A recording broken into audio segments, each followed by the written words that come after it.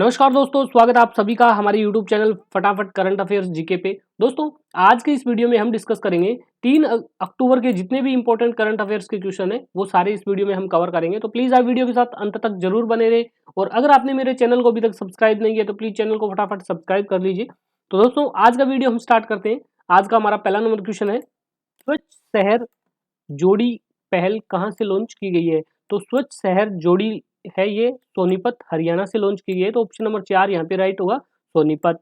और स्वच्छ शहर जोड़ी है ये कब लॉन्च की गई है? ये की है सितंबर 2025 में इसको लॉन्च किया गया है। कहाँ से? सोनीपत हरियाणा से। किसने इसको शुरू किया है?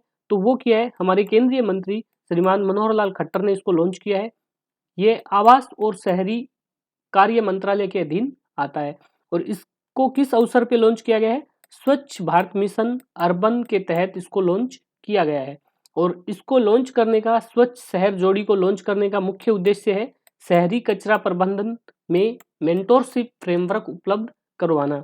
और इसमें टोटल 72 मेंटर शहर रहेंगे और 200 प्लस मेंटी शहर को शामिल किया गया है। शहरों का चयन वो किस प्रकार होगा? वो होगा स्वच्छ सर्वेक्षण रैंकिंग के आधार पर शहरों का चयन होगा, जिसमें टॉप शहर जो रहेंगे वो मेंटर के रूप में काउंट होंगे और जो लो परफॉर्मिंग शहर रहेंगे वो मेंटी में काउंट होंगे। और इनका शहर जोड़ी का एक उदाहरण यहाँ पे है। आंध्र प्रदेश को अगर हम देखें तो विजयवाड़ा है वो मेंटर में आएगा, चितलापट्टी, अक्कीवुडी, नरसापुर ये सारे मेंटी में काउंट होंगे। वही गुजरात का हम देखें तो अहमदाबाद मेंटर में है, साणंद, वाकरनेर ये मेंटी में आएंगे। ओडिशा भुवनेश्वर का देखें तो ये मेंटर में है और केंद्रपाड़ा और देवगढ़ मेंटी में काउंट होंगे। तो इस तरह स्वच्छ शहर जोड़ी है ये वर्क करेगी। नेक्स्ट क्वेश्चन है, 30 सितंबर 2025 को सेंट्रल बैंक ऑफ इंडिया के नए एमडी व सीईओ कौन बने हैं? तो नए एमडी व सीईओ बने हैं सीबीआई के कल्याण कुमार साहब। तो ऑप्शन नंबर 3 यहाँ पे राइट होगा, कल्याण कुमार। और central bank of India CBI के नए एमडी व सीईओ कल्याण कुमार बने और ये इन्होंने किसका स्थान लिया है? तो इनको एमवी राव के स्थान पर नियुक्त किया गया है। और श्रीमान कल्याण कुमार है, इनकी नियुक्ति मंत्रिमंडल की नियुक्ति समिति एसीसी की समिति की मंजूरी से ही की गई है। और स्थापना कब हुई थी इसकी? सीबीआई की स्थापना हुई थी 1911 में। हेडक्वार्टर है मुंबई और इसकी टैगलाइन है central to you since 1911। Next question है, Prayas integrated narrow rehabilitation centre कहाँ पे स्थापित किया गया है? तो ये स्थापित किया गया है गोवा में। तो ऑप्शन नंबर 3 है वो यहाँ पे राइट होगा, गोवा। और भारत का पहला एकीकृत न्यूरो पुनर्वास केंद्र है, इंटीग्रेटेड नेरो रिहेबिलिटेशन सेंटर है। इसको शुरू किसने किया है? हमारे केंद्रीय मंत्री प्रताप राव जाधव ने किया है। और किस मंत्रालय के अधीन आता है ये? आयुष मंत्रालय के अधीन आएगा। और कहाँ पे स्थापित किया है? अखिल भारतीय आयुर्वेद संस्थान AIIA गोवा में इसकी स्थापना की गई है। किस अवसर पे? 10वें आयुर्वेद दिवस के उद्घाटन समारोह में इसको लॉन्च किया गया है।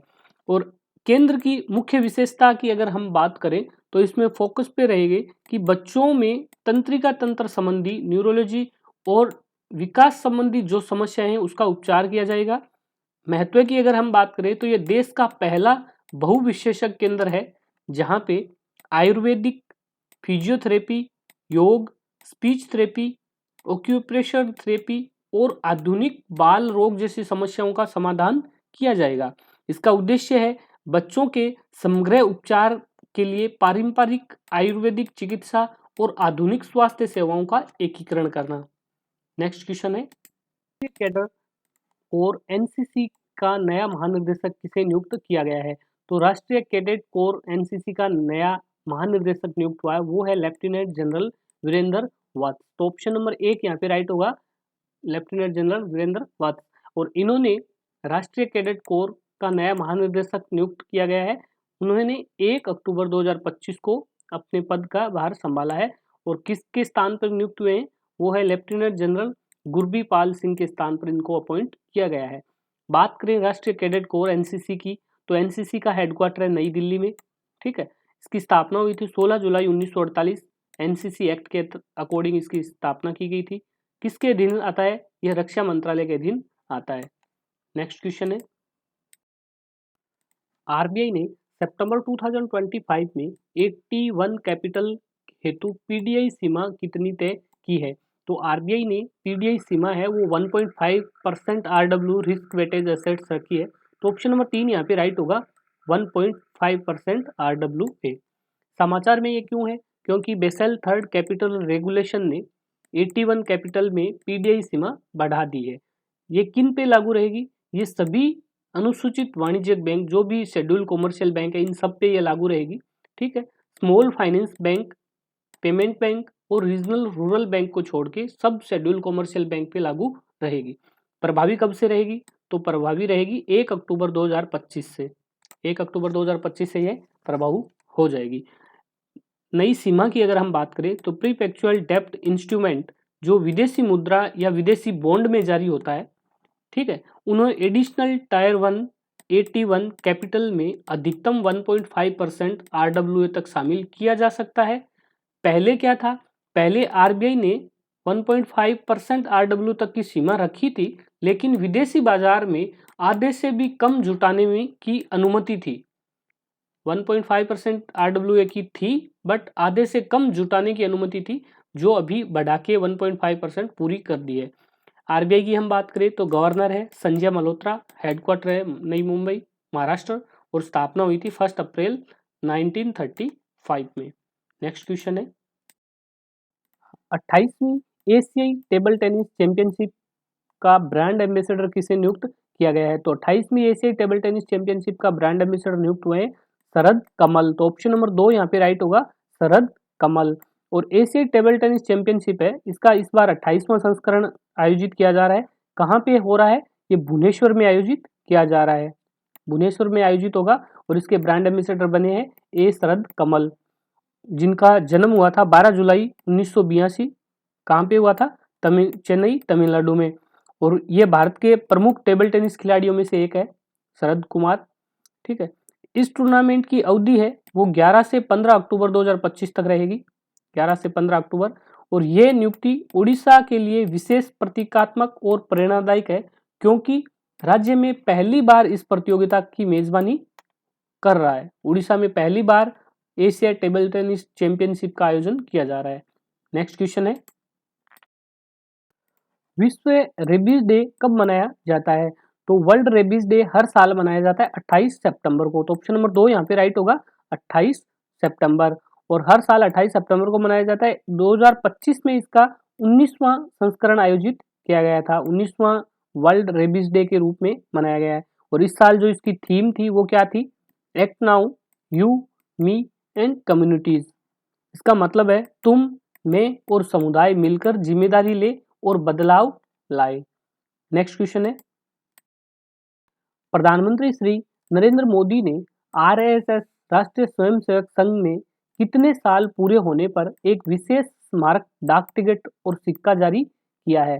तो अभी आरएसएस राष्ट्रीय स्वयंसेवक संघ है, इसके 100 साल पूरे हो गए हैं। तो ऑप्शन नंबर 3 यहाँ पे राइट होगा, 100 साल। प्रधानमंत्री श्री नरेंद्र मोदी जी ने आरएस के शताब्दी उत्सव पर एक विशेष स्मारक डाक टिकट और सिक्का जारी किया है। आरएसएस की स्थापना कब हुई थी? 1925 में इसकी स्थापना हुई थी, और 2025 में इसके 100 साल पूरे हो गए हैं। स्थापना है 1925, स्थान था नागपुर महाराष्ट्र का, और इसके जो संस्थापक है वो रहे हैं केशव बल्लीराम हेडगोरे। नेक्स्ट क्वेश्चन है, 30 सितंबर 2025 को union bank of India UBI के एमडी व सीईओ के रूप में किसे नियुक्त किया गया है? तो यूबीआई के नए एमडी व सीईओ के रूप में नियुक्त हुए आशीष पांडे। तो ऑप्शन नंबर 3 यहाँ पे राइट होगा, आशीष पांडे। और यूनियन बैंक ऑफ इंडिया के नए प्रबंध निर्देशक एवं मुख्य कार्यकारी अधिकारी आशीष पांडे को किसके स्थान पर नियुक्त किया गया है? एम मणिमेकलई के स्थान पर इनको नियुक्त किया गया है। ठीक है, जिनका कार्यकाल जून 2025 में समाप्त हो गया था। और आशीष पांडे है, इनका कुल कार्यकाल रहेगा 3 साल का, 3 वर्ष इनका कार्यकाल रहेगा। हम यूबीआई की बात करें तो यूबीआई की स्थापना हुई थी 11 नवंबर 1919 में, मुख्यालय है मुंबई में। नेक्स्ट क्वेश्चन है, 15वीं विश्व पैरा आर्चरी चैंपियनशिप 2025 कहाँ पे आयोजित की गई है? तो 15वीं विश्व पैरा आर्चरी चैंपियनशिप है, ये ग्वांगजू दक्षिणी कोरिया में आयोजित की गई है। तो ऑप्शन नंबर 2 है वो यहाँ पे राइट होगा, ग्वांगजू दक्षिणी कोरिया। और विश्व पैरा आर्चरी चैंपियनशिप है 2025 का, इस बार इनका 15वां संस्करण आयोजित किया गया है। स्थान रहा है ग्वांगजू दक्षिणी कोरिया।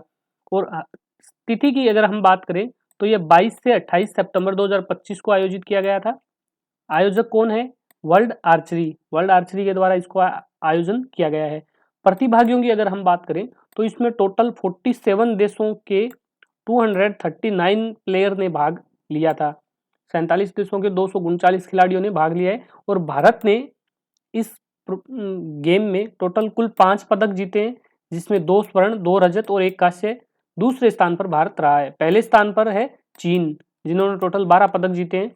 और मंगोलिया है वो दूसरे स्थान पर रहा है, जिसने 2 स्वर्ण के साथ तीसरे स्थान पर रहा है। भारत की बेटी है शीतल देवी, जिन्होंने बिना हाथों को पहली महिला विश्व चैंपियनशिप बनी है। ठीक है। और इसके अध्यक्ष है, वर्ल्ड आर्चरी के जो अध्यक्ष है वो गुर एदरन तुर्की से है। मुख्यालय है इसका लॉजोन स्विट्जरलैंड में, और इसकी स्थापना हुई थी 1931 में। नेक्स्ट क्वेश्चन है, हाल ही में टैप टू पे फीचर किसने लॉन्च किया है? तो टैप टू पे है, ये फीचर लॉन्च किया है फोन पे और मास्टर कार्ड ने मिलके tap to pay feature launch किया है। तो ऑप्शन नंबर 2 है वो हमारा राइट होगा, फोन पे और मास्टर कार्ड। और फोन पे और मास्टर कार्ड के इस टैप टू पे फीचर का उद्देश्य क्या है लॉन्च करने का?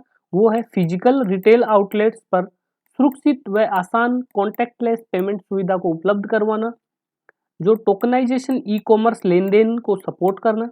ठीक है। फोन में NFC होना जरूरी है, नियर फील्ड कम्युनिकेशन, ये सुविधा फोन में होनी चाहिए, और ये सिर्फ अभी एंड्रॉयड में अवेलेबल है। ठीक है। फोन पे ऐप में कार्ड को एक बार टोकनाइजेशन प्रोसेस से ऐड करना होगा, फिर सिर्फ पोज टर्मिनल है वहां पे फोन को टैप करके पेमेंट करना पड़ेगा। ठीक है। और ये फीचर भारत और विदेश दोनों जगह पर NFC एनेबल्ड पोज जो मशीन रहेगी उन सब पे काम करेगा। नेक्स्ट क्वेश्चन है, विश्व हृदय दिवस वर्ल्ड हार्ट डे हर साल कब मनाया जाता है? तो विश्व हृदय दिवस हर साल मनाया जाता है 29 सितंबर को। तो ऑप्शन नंबर 3 यहाँ पे राइट होगा, 29 सितंबर। और विश्व हृदय दिवस 2025 का जो मनाया गया है, इसमें इसका 25वां वर्षगांठ मनाया गया था। और इस साल जो 2025 की इसकी थीम थी वो है डोंट मिस ए बीट। तो दोस्तों आज का वीडियो हमारा यहीं पे समाप्त होता है। आपको वीडियो कैसा लगा प्लीज़ कमेंट बॉक्स में आप ज़रूर बताइए। और अगर आपने मेरे चैनल को अभी तक सब्सक्राइब नहीं किया तो प्लीज़ चैनल को भी फटाफट सब्सक्राइब कर लीजिए। धन्यवाद।